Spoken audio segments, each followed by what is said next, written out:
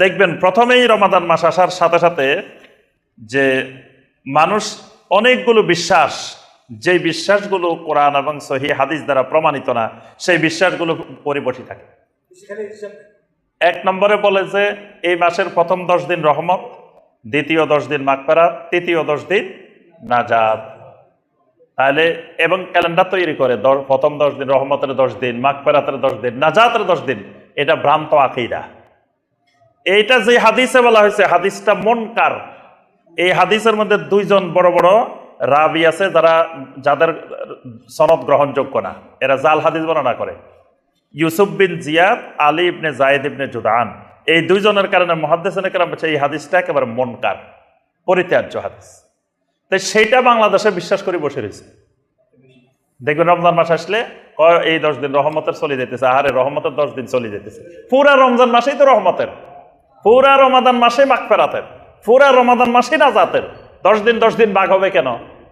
আদম সন্তানের প্রত্যেকটি আমল তিনি 10 থেকে 700 গুণ পর্যন্ত বৃদ্ধি করতে পারেন, কিন্তু সিয়াম ব্যতীত সিয়ামের ফলাফল, সিয়ামের পুরস্কার আল্লাহ তাবারক তাআলা নিজ হাতে বন্টন করবেন। আল্লাহ তাবারক তাআলা নিজ হাতে যেটা বন্টন করবেন সেটা কত বড় হবে, কতই না লাভজনক হবে, যা অনুমান করাও আমাদের জন্য খুব কষ্টসাধ্য।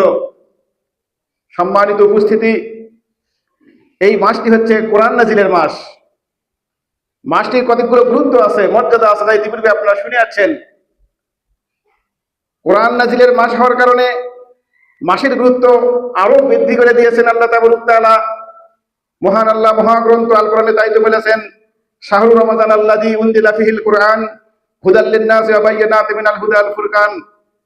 আল্লাহ তাবারক তাআলা বলেন, আমরা যে মহাগ্রন্থ আল কোরআন, যা মানব জাতির হেদায়েতের বন্ধু হিসেবে আমরা যেটা পেয়েছি, এই মহাগ্রন্থ আল কোরআন তিনি রমজান মাসে অবতীর্ণ করেছেন, যেখানে মানুষের জন্য সত্য মিথ্যার চালনী, জায়েজ নাজায়েজ, হালাল হারাম, সুন্নাত বিদআত, তাওহীদ শিরক, যাবতীয় বিষয় আল্লাহ তাবারক তাআলা এখানে আমাদের কল্যাণের জন্য এখানে সেট করে দিয়েছেন। আমরা যতক্ষণ পর্যন্ত এই কোরআনকে আঁকড়ে ধরে থাকবো, ততক্ষণ পর্যন্ত আমরা কুপথগামী হব না।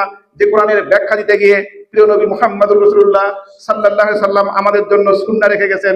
এই কোরআন সুন্নাহ হচ্ছে আমাদের একমাত্র জীবন বিধান। যতক্ষণ পর্যন্ত আমরা মাটির দাঁত দিয়ে কামড়ে ধরে শক্ত করে ধরে রাখবো, ততক্ষণ পর্যন্ত আমরা কুপথগামী হব না। আপনি জানেন, বিশ্বে যত গ্রন্থ আছে, যত পুঁথি, যত জ্ঞান বিজ্ঞান, যত কিছু আছে, সবার সেরা হচ্ছে মহাগ্রন্থ আল কোরআন, যাহার প্রসঙ্গে হযরত আয়েশাকে জিজ্ঞাসা করা হয়েছিল যে রাসূল সাল্লাল্লাহু আলাইহি সাল্লামের চরিত্র কেমন, তিনি বলেছিলেন তার চরিত্র হচ্ছে কোরআন। যার সংস্পর্শে মানুষ সোনার মতো মানুষ হয়ে যায়, যে মানুষগুলি মানুষের মাঝে কুখ্যাত মানুষ হিসেবে পরিচিতি ছিলেন, অন্যায় অশ্লীল কাজ করতেন, আল্লাহর সঙ্গে শিরক করতেন, মানুষ হত্যায় বাড়াবাড়ি করতেন, জিনা ব্যভিচার করতেন, এই মানুষগুলি যখন সেই মহাগ্রন্থ আল কোরআনের আদর্শ অনুসরণ করছিলেন, তখন সোনার মতো মানুষে পরিণত হয়েছিল।